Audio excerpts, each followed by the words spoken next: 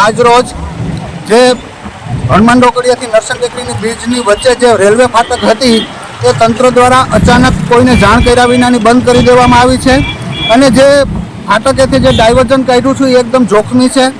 બધા જ વાહનો ઉપર ચડવામાં સલવાય છે અને જાનહાનિ પણ થઈ શકે એમ છે.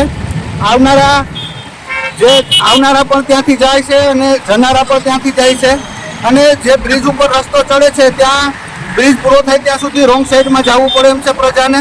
એટલે આમાં જીવની જોખમ પણ થઈ શકે એમ છે.